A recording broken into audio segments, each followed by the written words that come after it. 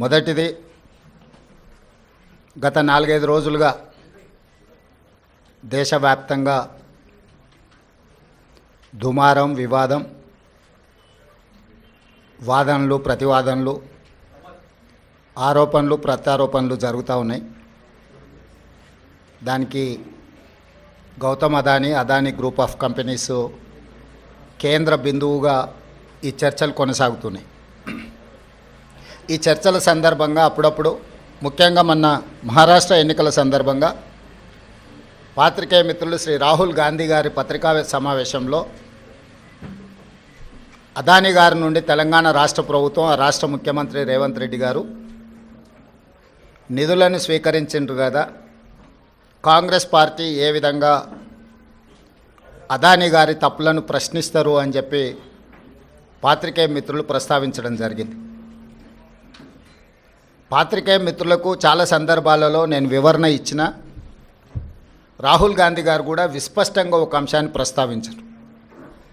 చట్టబద్ధంగా, రాజ్యాంగబద్ధంగా రాష్ట్ర ప్రభుత్వాలు కానీ కేంద్ర ప్రభుత్వాలు కానీ ఏదైనా అంశంలో టెండర్లు పిలిచినా, ఏదైనా అంశంలో పెట్టుబడులు పెట్టడానికి అవకాశాలు కల్పించినా అందరికీ సమానమైన అవకాశాలు, అందరూ పోటీ పడే విధంగా నిబంధనలను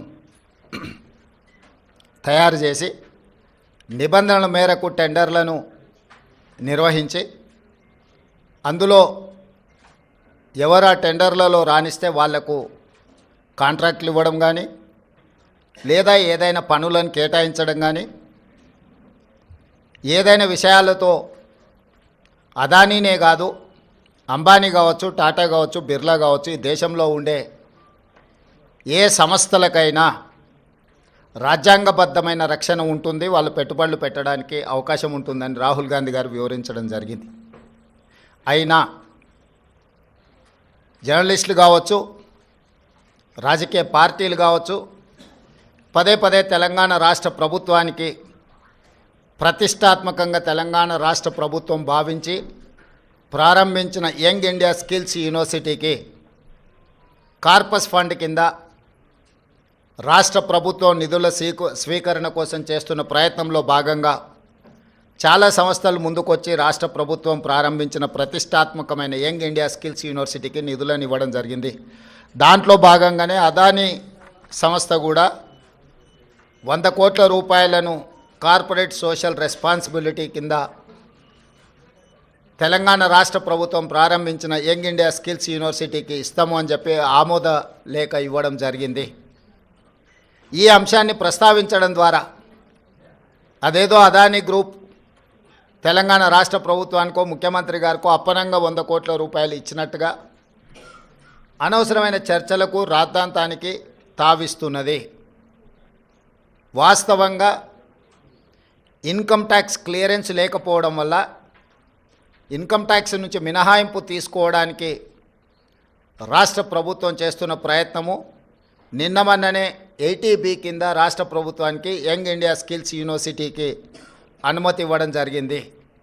ఇప్పటి వరకు ఏ సంస్థ నుంచి కూడా తెలంగాణ రాష్ట్ర ప్రభుత్వం తన ఖాతాలోకి 1 రూపాయి కూడా తీసుకోలేదు, ఇంక్లూడింగ్ అదానీ. అయితే అనవసరమైన చర్చలలో తెలంగాణ ప్రతిష్ట కానీ, వ్యక్తిగతంగా నా గురించి చర్చ జరగడం, మా మంత్రివర్గ సహచరులకు నాకు ఎలాంటి సుతారము ఇష్టం లేదు. అందుకే స్పష్టంగా నిన్ననే రాష్ట్ర ప్రభుత్వం తరఫున అదానీ గ్రూప్ ఆఫ్ కంపెనీస్కి మా అధికారి జయేష్ రంజన్ ద్వారా లేఖ రాయడం జరిగింది. జరుగుతున్న వివాదాలు, ఆరోపణలు, రకరకాల పరిస్థితుల వల్ల తెలంగాణ రాష్ట్ర ప్రభుత్వం మీరు ముందుకు వచ్చి ఉదారంగా తెలంగాణ యంగ్ ఇండియా స్కిల్స్ యూనివర్సిటీకి ఇస్తాన్న 100 కోట్ల రూపాయలను తెలంగాణ రాష్ట్ర ప్రభుత్వము స్వీకరించడానికి సిద్ధంగా లేదు. కాబట్టి దయచేసి మీ 100 కోట్ల రూపాయలను యంగ్ ఇండియా స్కిల్స్ యూనివర్సిటీకి బదిలీ చేయొద్దు అని చెప్పి విస్పష్టంగా వారికి లేఖ రాయడం జరిగింది. ఈ పత్రికా సమావేశం ద్వారా పక్క రాష్ట్రాలు, పక్క దేశాలలో అదానీ గ్రూప్ ఆఫ్ కంపెనీస్ మీద జరుగుతున్న వివాదానికి తెలంగాణ రాష్ట్ర ప్రభుత్వానికి ఎలాంటి సంబంధం లేదు.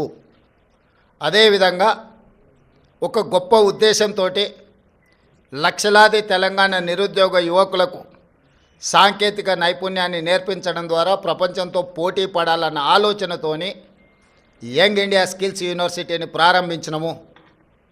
ఒక సదుద్దేశంతో ఒక గొప్ప ఆలోచనతో ప్రారంభించిన యూనివర్సిటీ వివాదాలకు లోను కావడం నా మంత్రివర్గ సహచరులకు నాకు తెలంగాణ రాష్ట్ర ప్రభుత్వానికి ఇష్టం లేదు.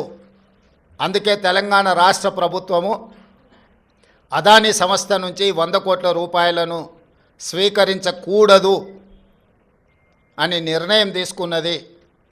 ఈ విషయాన్ని మీడియా మిత్రుల ద్వారా సమాజానికి మేము చెప్పదలుచుకున్నాము.